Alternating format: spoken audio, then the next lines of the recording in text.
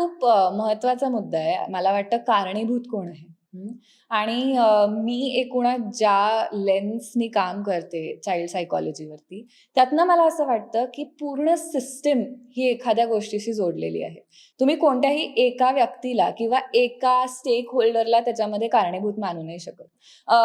तसं बघायला गेलं तर आपल्याकडे इतके सहजासहजी फोन्स अवेलेबल का होतात? तर ते एकूणच मार्केटचा त्याच्यामध्ये मुद्दा बरोबर. येतो. बरोबर? आता जेव्हा एखाद्या वाळवंटातल्या मुलाच्या घरामध्ये किंवा एखाद्या खूप खेडेगावातल्या घरामध्ये ज्यांच्याकडे घरं नाहीयेत, अशा लोकांकडेही फोन दिसून येतात अगदी सर्रास. खरंय. अगदी आणि छान कॅमेरेवाले फोन दिसून येतात. बरोबर आहे. त्यामुळे त्याचा असलेला अवेलेबिलिटी त्याच्यानंतर दुसरं मग आपण कोण म्हणणार आहे, की आता ते वापरू नका. जर सगळे वापरतायत, तर हं. कोण म्हणणार ते वापरू नका. बरोबर. बरोबर? रियालिटी शोचा भाग असा आहे, की ते ते परत ते चाइल्ड ॲक्टर आणि त्या मीडियामध्ये येतं. हं. पण त्याच्यानंतर त्याचं जे फेम आहे, ते टिकवून ठेवण्यासाठी सोशल मीडियाच वापरलं जातं. राइट. त्याच्याऐवजी दुसरा काही त्याच्याकडे आपल्याकडे उपाय नाहीये, ते फेम टिकवून ठेवण्यासाठी. बरोबर. सगळ्यात सोपा उपाय आहे. त्याच्यामुळे परत मी ह्याच्याकडेच येईन, की सोशल मीडियाकडे येईन. हां, मग आपण मार्केट म्हटलं. त्याच्यानंतर एकूणात नॉलेज, एज्युकेशन सिस्टम. आपल्याकडे हे फोन सतत अवेलेबल झाले, सोशल मीडिया सतत अवेलेबल झाला.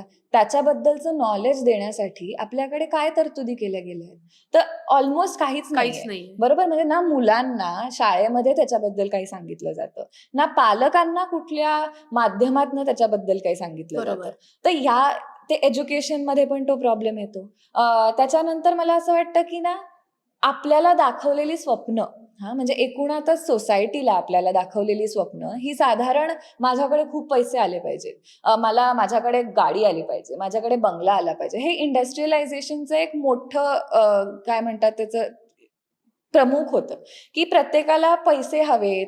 पैशांच्या आजूबाजूला आपल्याला असलेली लाईफस्टाईल आपण प्रत्येकाने निर्माण करावी अशी स्वप्न दाखवणं, हे त्याच्यामागनं नाहीतर मग इकॉनॉमीचा काही फायदाच होणार नाही बरोबर. ना. जे काही आता सध्या मोठी इकॉनॉमी पाहिजे, ह्या सगळ्या गोष्टी चालल्या आहेत. त्याचाही त्याच्यावरती परिणाम होतो, की मग त्या आकांक्षा ज्या आहेत, स्वप्न जी आहेत, तिथपर्यंत पोहोचण्यासाठी जर मला हा एक सोपा महत्वाचा मुद्दा मिळत असेल, तर हं. का नाही? हां. बरोबर. पण जसं म्हणजे तुम्ही म्हणालात, की ते फेम मग हँडल करता येतं का मुलांना? तोच मोठा मुलांची प्रश्न आहे. एक्झॅक्टली. मुलं जेव्हा अडॉलेसन्समध्ये येतात ना, तेव्हा ती स्वतःला खूप एस्पेशली आता तुम्ही म्हणालात, की ते लहान असताना आणि तिथून मग ते पुढे जेव्हा बरोबर. मोठ्यांच्या ह्याच्यात आले. अडॉलेसन्स ही मधली जी फेज आहे ना आणि आता तर असा रिसर्च सांगितला गेला, की अगदी 23-24 वर्षापर्यंत अडॉलेसन्स चालू राहतं. इतका आपला ब्रेन ब्रेन डेव्हलप होत डेव्हलप असतो. होतोय. तेव्हा आपण ना स्वतःला शोधत असतो. मी कोण आहे? म्हणजे अगदी ते लहानपणी सुद्धा होतं आणि त्याची जी सेकंड विंडो असं म्हटलं जातं ऑफ ग्रोथ, तर त्याला ते आपण अडॉलेसन्समध्ये पण शोधत असतो. आणि मग ते शोधत असताना अनेकदा हे तर आपल्याला माहिती आहे, की कुठल्या लोकांशी आपण मैत्री करतो. आपल्याला फिट इन व्हायचं असतं, की बरोबर. मला ह्या ग्रुपसोबत राहायचंय, तर मला ते जे करतायत ते करावं लागेल.